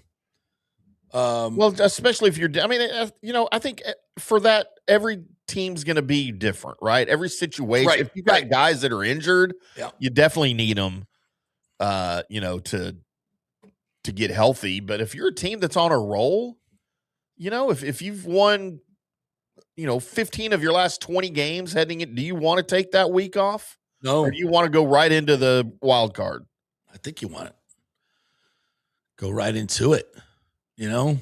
But I don't know. Because you're only going to, but then again, the wild card, you're playing 2 or 3. You run into 2 hot pitchers and you're toast. So, JP, out of the 16 total first round bye teams from 22 to 25, 7 lost in the division series, 5 lost in the league championship series, 2 lost in the World Series, and 2 won the World Series. So, I mean, I don't think it's a trend either way. Really. I don't either. I don't think it matters. Yeah, I really don't think it matters. So out of these numbers, just 1 out of 8 has turned that added rest into a championship. Right. And so, and how many teams get into playoffs total every year? 6 from each league, right? Yeah, so 12. Yeah. So, okay. You know, I mean, I'm not great at statistics, but it seems like it's not a huge factor. You just got to, you know, how do you, so I think what we could say about that is it's much more individually based. So to your point, what's your injury situation? Where you at? You know, I think that's fair. And out of your last 4 world champions, the 2022 Astros had a first round bye, won the World Series. Texas Rangers in 2023 did not have, oddly enough, lost their division title on the last day of the season. They did not have a first round bye, won the championship. Dodgers had a first round bye, won the World Series. Then last year, the Dodgers did not have the first round bye, and they won the World Series. So it's 2 for 2, 2-2 last 4 years. A Man Bear Pig says these new Rays owners are making a huge difference, as I told you they would. And just think about this. We're talking about Junior Caminero. If Stu Sternberg still owed this team and they were still in St. Petersburg, like many of you want, there's no chance that Junior Caminero would finish his career as a Ray. None. Zero. Oh, gosh. Yeah. None. He might not be here right now. Right. None. Just keep that in mind. Good morning from Wesley Chapel, says Jorge Capdevilla. We also had a morning from Lakeland. Yeah, where are you guys at? Always tell us where you're at. We'd love to hear from you. Florida Car Club said if Charlie Miranda votes yes and the Rays and Bolts win it all, Glazers fire Bowles, I'll start watching the WNBA and pickleball. Right. Pickleball's fun to watch. Meh. Did you see, we didn't even talk about this yesterday. Did you see the press conference from Sophie and Caitlin talking about their knucklehead coach? I couldn't believe it. They were so supportive of her. And I'm like, what the F are you doing? Kudos to them because I couldn't. Good God. Yes, absolutely. Way to take the high road, you two. Yep. You know, unfortunately, nobody in your league wants to, but you guys are doing a hell of a job. They took the high road, what was good for the game. They said all the right things. Yep. Those two could absolutely torch this league and be well-founded in doing it. Burn it to the ground. They could absolutely do that. And they're still, and every night they go out, they are targeted by mean-spirited people that hate them and write stupid shit like white privilege and then act like they didn't write it. And then people at ESPN, who I used to respect, like gloss right over it. Yeah, let's keep the thing. We don't need to talk about that. Oh, yeah, of course you don't. To be able to take the high road when everybody else is going way, way low and staying way, way low and hates you and targeting you every night, and you still step up to the mic and support a coach who threw your ass under the bus. How the And you she's do been that. doing that to Caitlin Clark all year. She's never had Caitlin Clark's back. Never. And you're going to sit up there and tell us how much you love your coach? And Much then respect. for your coach to get up there during her statement and for her prepared speech, by the way, saying kindness will win. Y'all can all go to hell. Yeah. Kindness will win. Everybody else can go to hell. What the hell is that? Yeah. I want that on a t-shirt, by the way. That's the outplay. It's like when I F up and completely caught at it and just completely awful. They come back with this. You guys are mean and I'm kind. Yes, I threw my players under the bus and I was more worried about the opponent. And then she says, I didn't see the clip. I didn't see in real time. I wasn't watching She was staring right at it. There's video footage of her literally watching the play. There are times when you need to see the replay to see the nuance of the play. And then there are times where that's a clothesline, dog. I mean, I don't need to see that again. That girl who has malice towards your players, Dejanay Carrington, who has absolute malice towards your players, especially Sophie Cunningham, and showed it with her tweet. There is no debate about it. Clotheslines your player, and then you say, I didn't see it. I didn't see it. What a absolute, I understand Sophie and Caitlin and probably the stupid commissioner Engelhardt probably came to them and said, listen, in this moment, we really need you to focus on basketball. And them go, okay, wow. Why isn't she telling that to the coach? Well, I know why, because she's a moron herself. Yeah. But I mean, like for them to step up and do that, I mean, I kind of tip the hat. Yeah. But then you can't, at some point, you're going to realize that kowtowing to these people does not work. It doesn't work. They're going to keep doing it because they hate you. And you can keep trying to keep the league alive and keep kowtowing to them.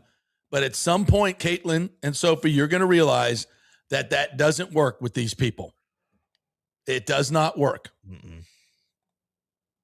It only makes things worse, actually. At some point, you got to stand up to them. You got to. And say no more bullshit. Because you keep kowtowing to them, they're going to keep doing it and laughing at you behind your back. I hate to say that, but in my experience in this world, sports and politics, that's the way that's going to go. So you only empower them by doing that. And I think it's a really bad idea. I get it. You're saving the league. You are that. You're going above the fray, but you're going to keep getting it. You're going to keep getting it. It's not going to stop. Yeah. Emeka has a minor toe injury. That's why we didn't talk too much about it with Matt. It's a minor toe injury. Just let it calm down. Don't press it. Buckin says Jameis is going to be one of the greatest commenters of all time. I agree with that. You think they'll ever let him be in a booth? Why not? I mean, I don't know. Because he's more of a sideline lifestyle guy? He's a little more off the cuff guy, right? Yeah, yeah. The thing about Jameis, though, that a lot of you, and when he was here in Tampa, you all, what a dumbass he is. He's so much smarter than 99% of you people. You don't even know. Yeah, I could see that. Oh, he's a dumbass. No, he just does silly things. He's a super smart guy.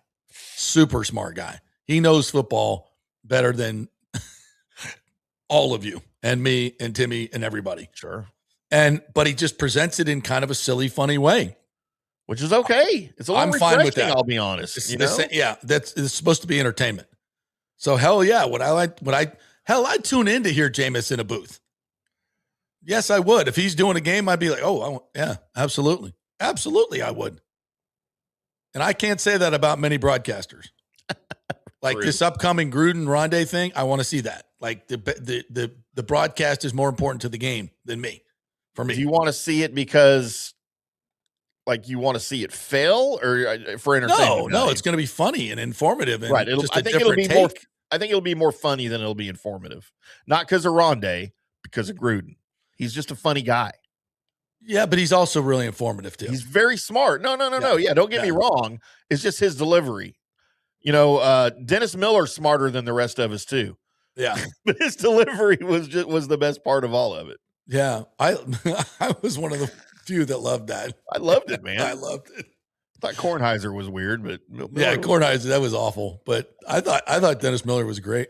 I did too. Yeah, people. I understand half of but what I he knew said. it wouldn't work. He's not a football for for hardcore football people. It just wasn't going to work. But like now, if they had the alternate, like they have now with Peyton and Eli, he would have been great on an alternate. So people that wanted to hear it could hear it, and that's good. All right, let's take a break. When we come back, I'll get to the rest of your content. And I got a little FSU segment here that I want to do. A lot of interesting things coming out of Tallahassee. Not saying they're national championship contenders, but we got a lot of FSU fans in the audience, so we want to serve you guys as well. We'll be getting a weekly deal going with FSU as well, maybe a couple people this year. So we're filling up our football roster. Scott Carter will be back with us for Gator stuff. So I'm going to try to get maybe 2 people, kind of a Monday and then a Friday for each of the for USF and everybody. Get a bunch of different voices on here. So that's the goal for football season. We are brought to you by the great folks at Italiano Insurance, soon to be AJ Gallagher Insurance. Same great customer service. Get all the options, more options now to save you money, but you're going to get that same customer service where you call and you actually talk to a human. Yeah, 813-877-7799. Let them do your insurance checkup where they look at all your different insurances, try to find you another company that is offering lower rates, and they find them all the time.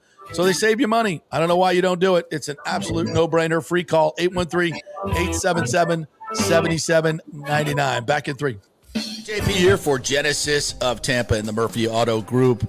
I think the best way to experience a business is to use that business. And I just did at Genesis of Tampa. Just bought a GV70, a 2023, and it feels and drives all new. It's an absolutely fantastic car. The technology, the comfort, and the price, absolutely outstanding. Frankly, I never thought I could get into a car like this, but they made me a deal I could not refuse. And I also get the VIP service where you can just drive right up, their pit stop service. They'll top off all the fluids, make sure your air in your tires is good, new wipers if you want them. If you need extended service, they will come to you, bring you a courtesy car, and then bring your car back with more do you want. The experience was just VIP all the way. And you can get that at Genesis of Tampa.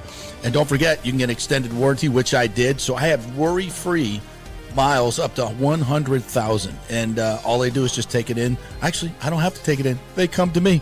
It's perfect. It's Genesis of Tampa right there, 801 East Bears Avenue, right off of 275. Go see them and tell them JP sent you. Big thanks to Italiano Insurance, the great folks over there. They will soon be part of Gallagher Insurance. A little name change, but same great folks, same great customer service you've known for over 65 years. They do all the work. You save all the money. ItalianoInsurance.com at 813-877-7799. Hey, the Golden Diamond Source wants to be your family jeweler. So don't wait any longer to find that one-of-a-kind perfect engagement ring for that special someone in your life. At the Golden Diamond Source, they can design anything you want personally. The Golden Diamond Source can help you trade in your old broken jewelry and use it towards a new purchase as well. And with gold prices at record high, now is the best time to do it. They only sell natural diamonds at the Golden Diamond Source. So if it's a real love, it should be a real natural diamond. Don't start your relationship with a fake diamond. Bad idea. And with the Golden Diamond Source first-time buyer program, you can learn all about the 4 C's in all the different shapes and styles. And they are able to show you a huge selection of inventory to choose from. And don't forget, 0% financing for up to 5 years. If you finance $5,000, it's only $83 a month. Make sure it's a Golden Diamond Source Diamond, 3800 Almerton Road, always online at goldendiamond.com. It's a love you give only at Golden Diamond Source. Hey guys, you already know that Riveters is the best sports bar in all of Tampa Bay, but now it gets even better for Rays baseball season. During all Rays games, check this out, $6 Tito's, $6 Jack, $6 margaritas, all during Rays games. Are you kidding me? And that's always a great pour from the great bartenders at Riveters. Great service, great food, everything is fresh, nothing is frozen. And let me tell you, If you want baseball and wings, you will not find any better than Riveters. Their sauces, like the blue cheese and the ranch and everything, is handmade, and the wings are big and they're perfect.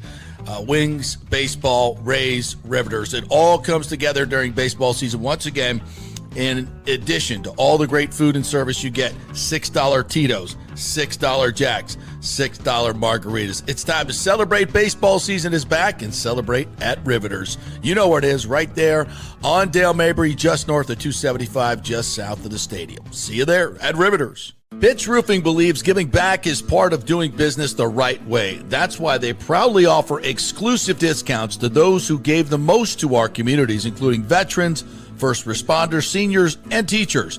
And for listeners of the JP Peterson Show, there's even more good news. Pitch Roofing is now offering a special discount just for fans of the show. With so many roofing companies coming and going in Florida, it's important to choose a contractor you can count on long after the job is done, especially when it comes to honoring your warranty. Pitch Roofing is built for the long haul with a reputation for quality, transparency, and standing behind their work. Whether it's a repair or a full replacement, their team delivers honest guidance, quality workmanship, and no high-pressure sales. Call 727-67-PITCH, 727-677-4824, or visit pitchroofing.com to schedule a free estimate. Pitch roofing, roofing done right. Let's go. Right now, back to the show on FanStream Sports.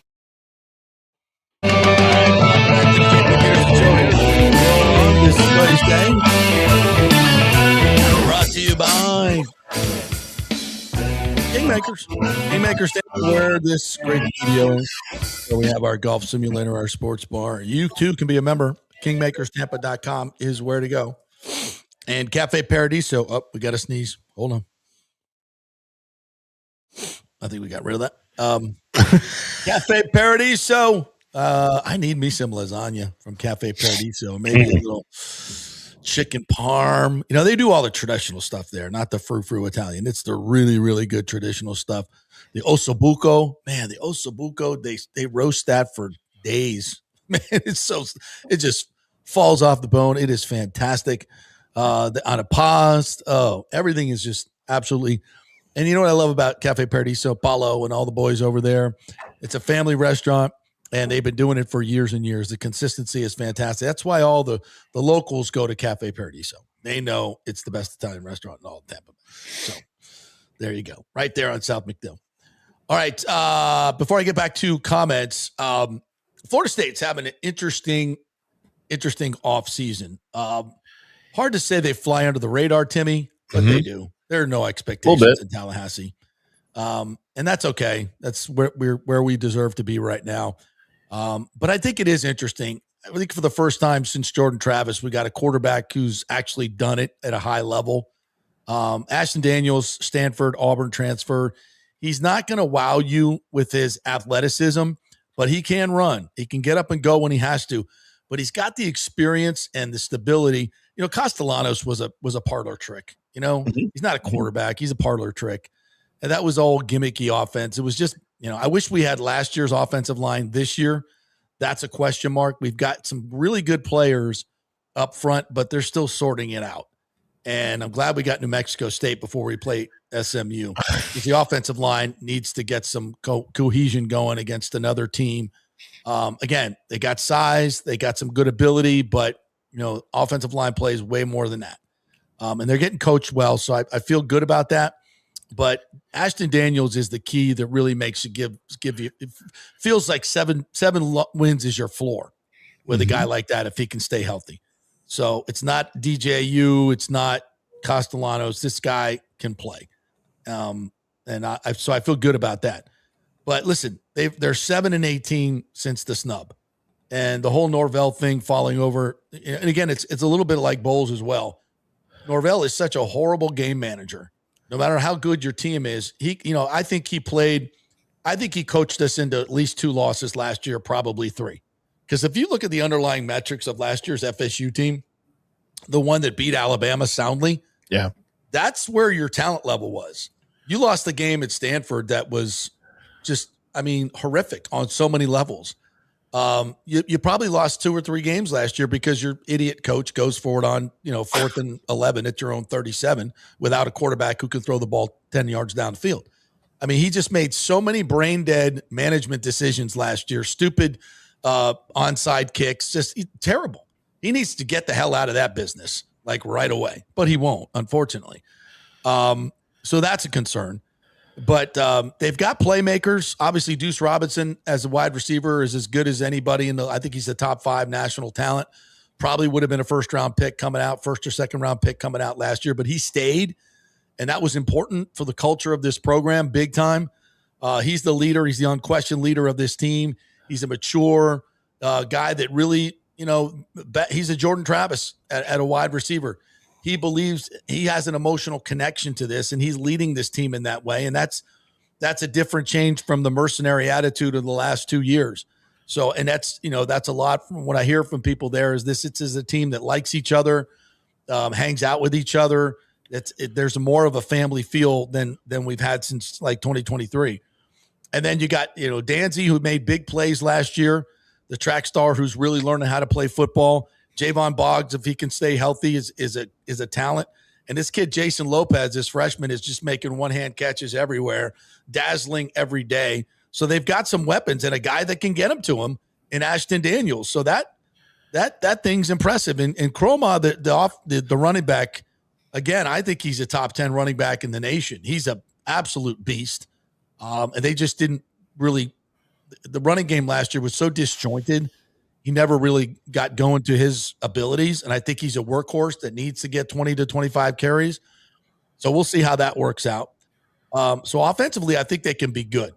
Defensively is where it's interesting. You got Tony White in year 2, and instead of bringing in a ton of transfers, they got guys that have been in the system now for 2 years. I think that makes a difference. It's a 3-3-5 system. It's a little bit different, and they're the nuances of it. They're starting to learn. And they've got some good players there along the defensive line. The Desir twins have been huge this offseason. And that's another thing.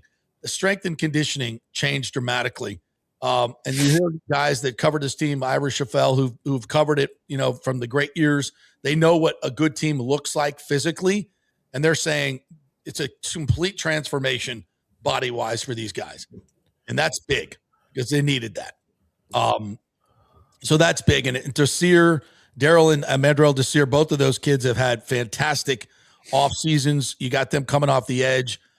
Kevin Wynn's another big young defensive lineman that brings size and speed and talent. That's kind of your core. And you got some veterans like Diggs and Lyons and McCray, all of them who, in second year in the system should be better. So that their front seven is better. Their linebacking is as good as they've had in a long time. So that's good as well.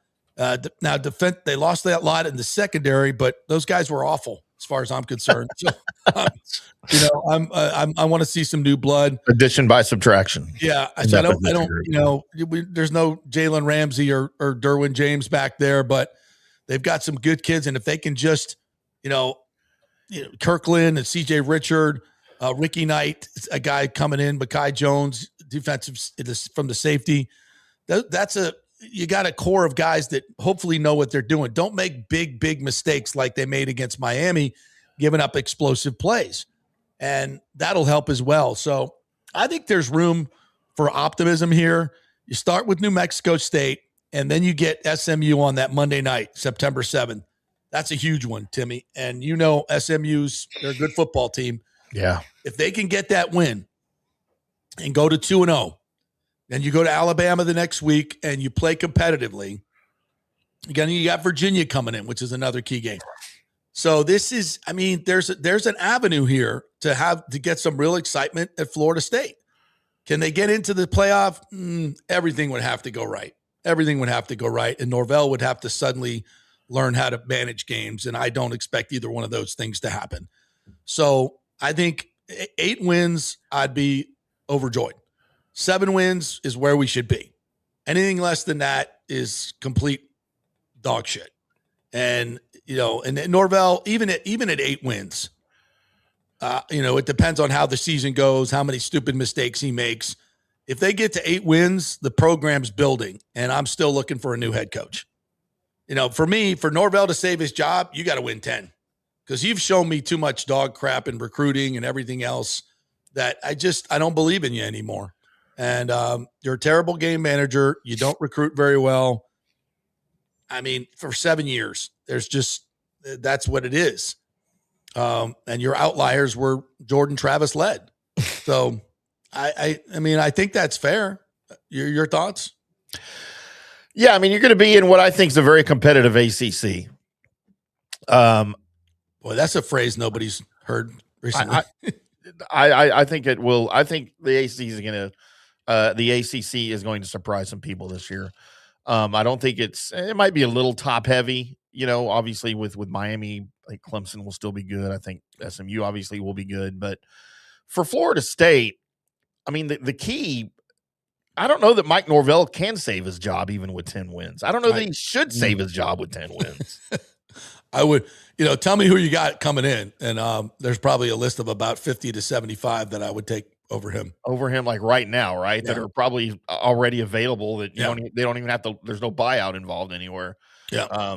But yeah, I mean, they've got so many areas that they need to improve on that I'm not sure the current coaching staff. I mean, you said 8 wins, you'd be happy. I don't see there's any way they get to 8 wins. No, I don't see it. I don't see it. And I'm laying that not necessarily on the team. I'm laying this on the coaching staff. It's out again, they beat Alabama last year. A lot of these players played in that game. It's not a nothing.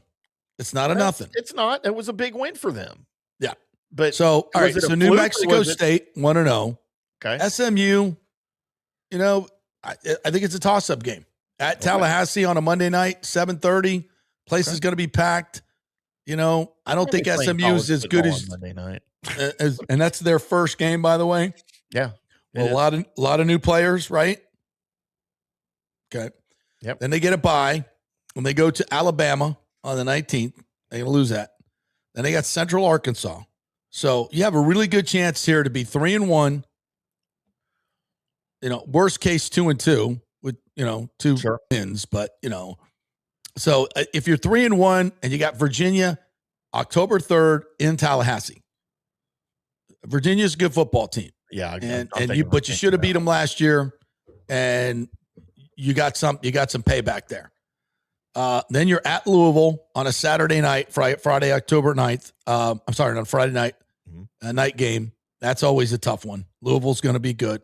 So those 2 weeks right there, you're at Louisville and at Miami after Virginia. If you lose the Virginia game, that's a 3-game losing streak right there. Tom Herman is your interim coach by October 17th. Maybe so. Number 100%. And then you get a bye, so maybe they keep Norvell through the bye after Miami. Then you got Clemson at home. So I'm going to say 1, 2, 3-1, 4-1, 4-3. You're 4-3 after the Miami game. You beat Clemson at home, which I think you can do. You're 5-3. That's going to be it. That's a Halloween night, Saturday, October. Clemson at home. Yeah, we're at home against Clemson. Yeah. Okay. Well, I mean, suddenly I've got them like 3-5 at this point on the schedule. Okay. No, not. I'm trying to be a little bit more. I know. optimistic. You got a little homerism going on, and that's cool. That's extremely possible. So I got them at 5-3. Then you go to Boston College. You better win that one. Then at Boston College and at Pitt, you got 2 Go North games on a Saturday and a Friday in November, which will probably be like 40 degrees and ugly. So, but have some discipline. Go there and beat those teams. Pitt's a good squad. That's a Saturday night game. Then you got NC State at home on Saturday, November 21st. NC State's supposed to be a really good team. They could be vying for a playoff spot at that particular point. And then you got Florida at home. The Gators come in on November 27th, and Jaden Baugh is still running for touchdowns in Gainesville against Florida State at this moment. So if you don't bow up and smack that kid and stop that running game, then you're just, listen, it could go horribly south. No question about it. But, like I said, if they could get to 8 wins, and you beat Clemson 6-3, at Boston College 7-3, at Pitt 8-3, lose to State, and then Florida, you have a chance to get to 9 wins. I mean, that would be an exceptional season. And again, I don't think that should save Norvell's job. Yeah, but probably would. But it depends on who you're getting. Depends on, and trust me, Mike Alford has been and will continue to be looking for the next head coach at Florida State University. Oh, he's already. I'm sure he's got names already. Yeah. And he almost got Lane Kiffin for the second time. So here's my bold prediction for you, JP. Mike Norvell gets fired the week before after a loss to Pitt, where you've now lost 4 in a row to Miami, Clemson, Boston College, and Pitt. If your scenario comes true, he's done after Miami, because that's not just going to be a loss. That's going to be a bloodletting. Yeah. If it's starting to go south at that point, yeah, he's got no shot. Before November 21st against NC State, I think he's gone. Absolutely. At some point before that. So, and then we'll see what happens. I'm putting more blame on the coaching staff than I am on the roster. I don't dislike the roster. They still have some areas I think they need a lot of help, but I think they're better than they were last year. The quarterback makes an enormous difference. Yeah, the quarterback makes a huge difference. But what are they going to do with them? And to me, the game management's a big deal. With some of those teams that you could conceivably play very close games, you could have games coming down to the fourth quarter.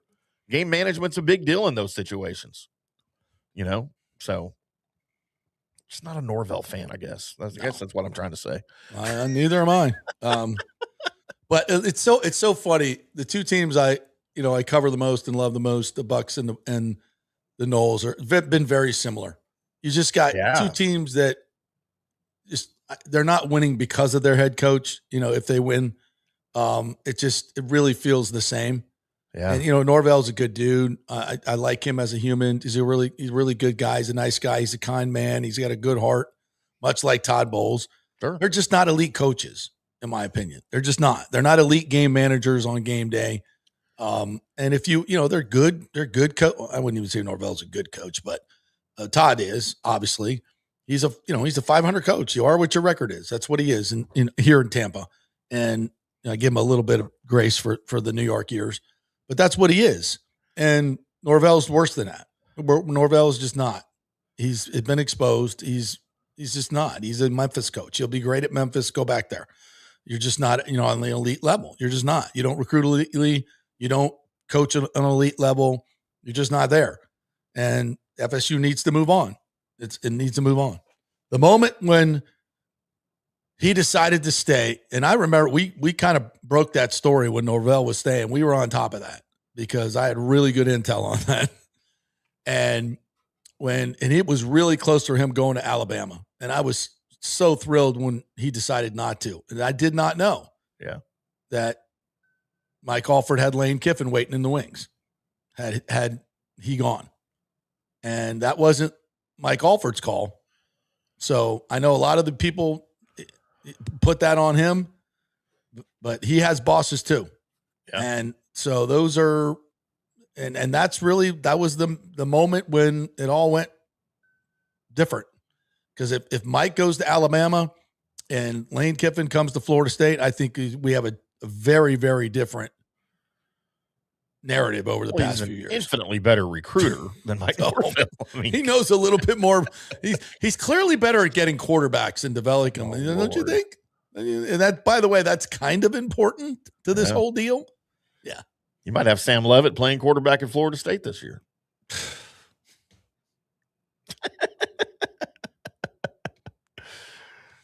Sorry.